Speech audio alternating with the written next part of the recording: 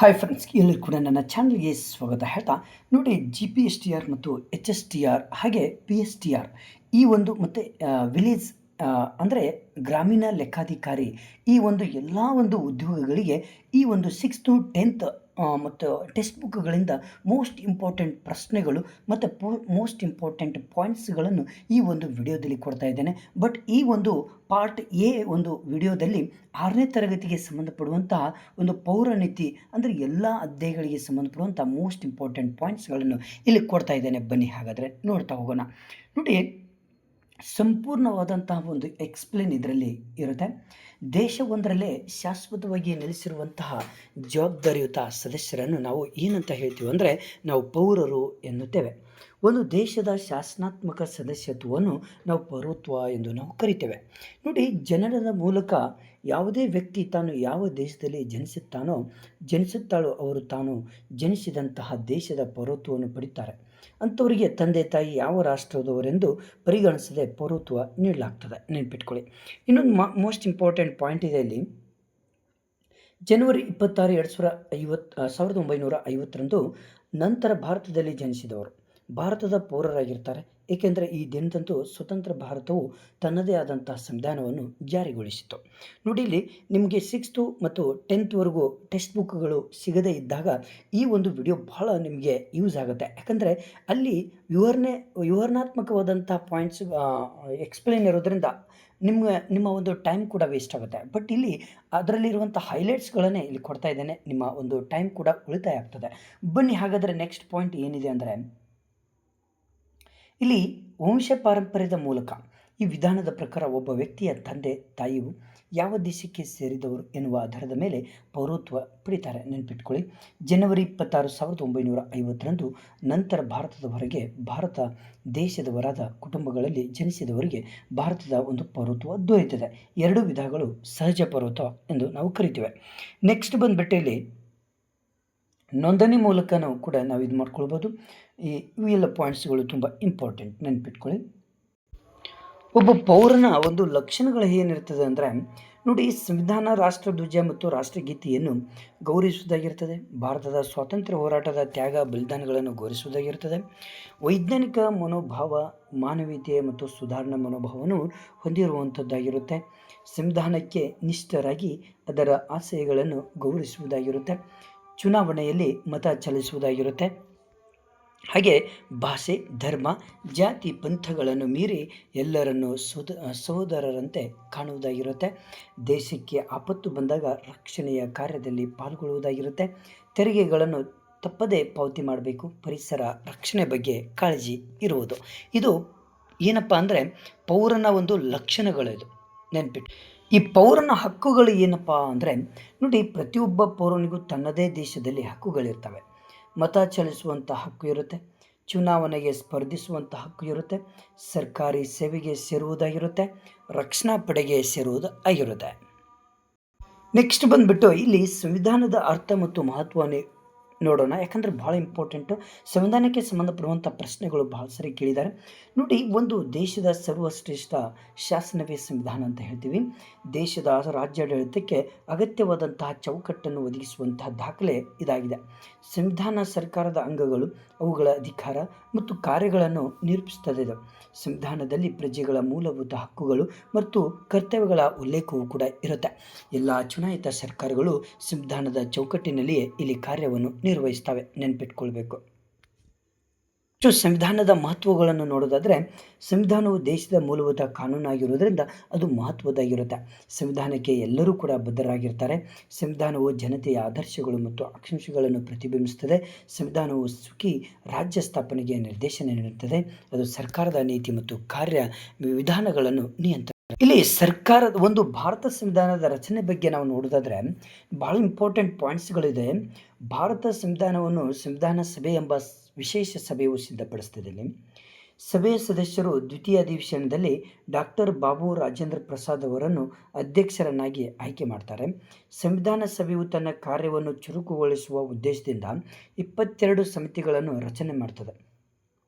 ಸಂವಿಧಾನದ ಕರಡು ಪ್ರತಿಯನ್ನು ಸಿದ್ಧಪಡಿಸಲಿಕ್ಕೆ ಸಂವಿಧಾನ ಕರಡು ಸಮಿತಿಯನ್ನು ನೇಮಿಸುತ್ತೆ. ಈ ಸಮಿತಿಯ ಅಧ್ಯಕ್ಷರು ಡಾಕ್ಟರ್ BR ಅಂಬೇಡ್ಕರ್ ಅವರು ಆಗಿರ್ತಾರೆ, ನೆನ್ಪಿಟ್ಕೊಳ್ಬೇಕು. ನೆಕ್ಸ್ಟ್ ಭಾಳ ಇಂಪಾರ್ಟೆಂಟ್ ಅಂದರೆ ನೋಡಿ, ಇಲ್ಲಿ ಮೂಲಭೂತ ಹಕ್ಕುಗಳ ಸಲಹಾ ಸಮಿತಿ ಅಧ್ಯಕ್ಷರು ಸರ್ದಾರ್ ವಲ್ಲಭಾಯ್ ಪಟೇಲ್ರವರಾಗಿರ್ತಾರೆ. ಮೂಲಭೂತ ಹಕ್ಕುಗಳ ಉಪಸಮಿತಿಯ ಅಧ್ಯಕ್ಷರು JB ಕೃಪಲಾನಿ ಆಗಿರ್ತಾರೆ. ಸಂವಿಧಾನ ರಚನಾ ಸಭೆಯಲ್ಲಿ ಭಾಗವಹಿಸಿದಂಥ ಯಾರೆಲ್ಲ ಮಹಿಳೆಯರು ಭಾಗವಹಿಸಿರ್ತಾರೆ ಅಂದರೆ ರಾಜ್ಕುಮಾರಿ ಅಮೃತ್ ಕೌರ್ ಅವರು, ಲೀಲಾ ರಾಯ್, ಮಾಲತಿ ಚೌಧರಿ, ಸರೋಜಿನಿ ನಾಯ್ಡು, ಬೇಗಂ ಐಜಾಜ್ ರಸೂಲ್, ವಿಜಯಲಕ್ಷ್ಮಿ ಪಂಡಿತ್, ದಾಕ್ಷಾಯಿಣಿ ವೇಲಾಯುಧನ್ ಸೇರಿದಂತೆ 15 ಮಹಿಳಾ ಸದಸ್ಯರು ಇರ್ತಾರೆ. ಇಲ್ಲಿ ನೆನ್ಪಿಟ್ಕೊಳ್ಬೇಕು.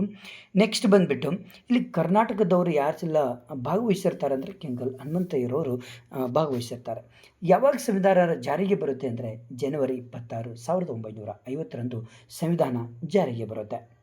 ನೋಡಿ, ನೆಕ್ಸ್ಟು ಇಲ್ಲಿ ಪ್ರತಿ ವರ್ಷ ನವೆಂಬರ್ 26ರಂದು ಸಂವಿಧಾನ ದಿನಾಚರಣೆಯನ್ನು ನಾವು ಆಚರಣೆ ಮಾಡ್ತೀವಿ.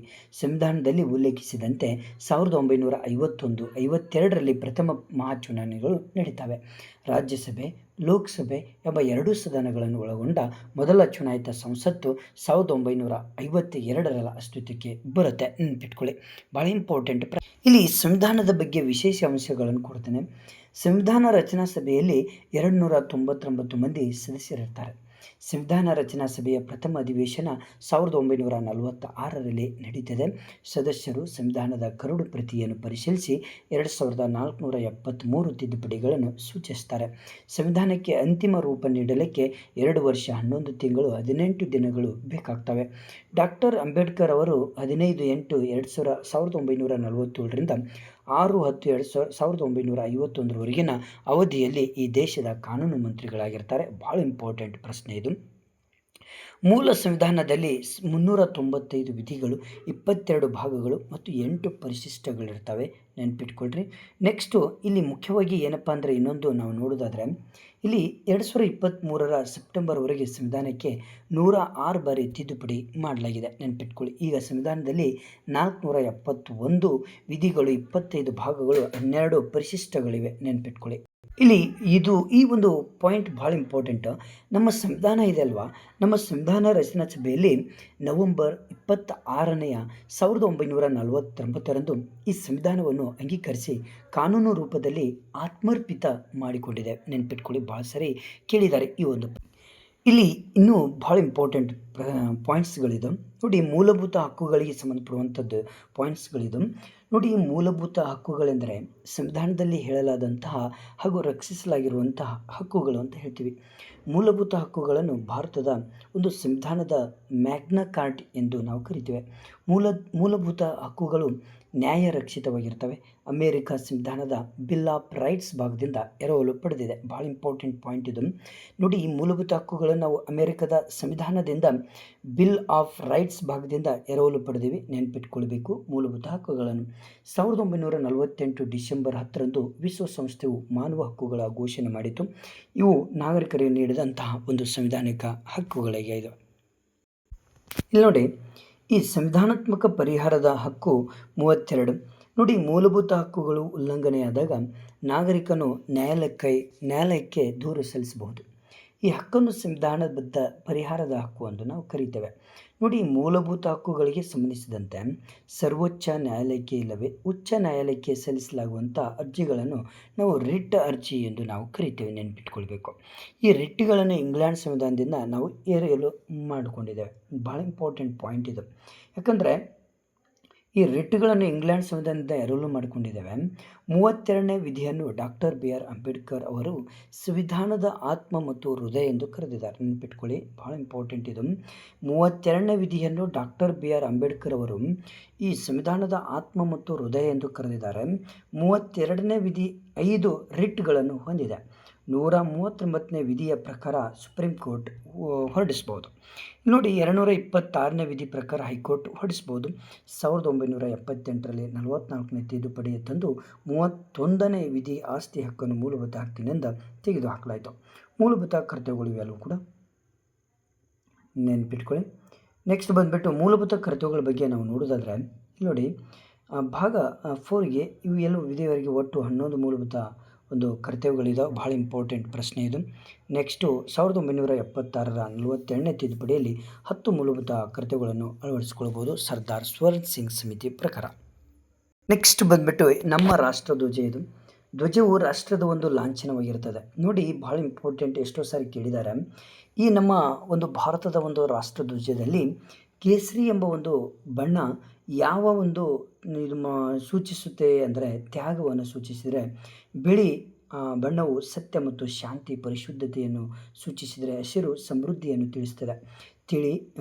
ನೀಲಿ ಬಣ್ಣ ಮಧ್ಯದ ಬಿಳಿ ಬಣ್ಣದಲ್ಲಿ 24 ಗೆರೆಗಳ ಧರ್ಮಚಕ್ರವಿದ್ದು ಇಲ್ಲಿ ಪ್ರಗತಿಯನ್ನು ಸೂಚಿಸುವಂತಹ ಒಂದು ಇದು ಇರುತ್ತೆ. ವಿನ್ಯಾಸಕಾರ ಪಿಂಗಾಳಿ ವೆಂಕಯ್ಯ ಅಂತ ನಾವು ಹೇಳಿ. ಇದು ಅಂಗೀಕಾರ ಯಾವಾಗಾಯಿತು ಅಂದರೆ ಅಂಗೀಕಾರ 1947 ಜುಲೈ 22ರಂದು ಆಗ್ತದೆ.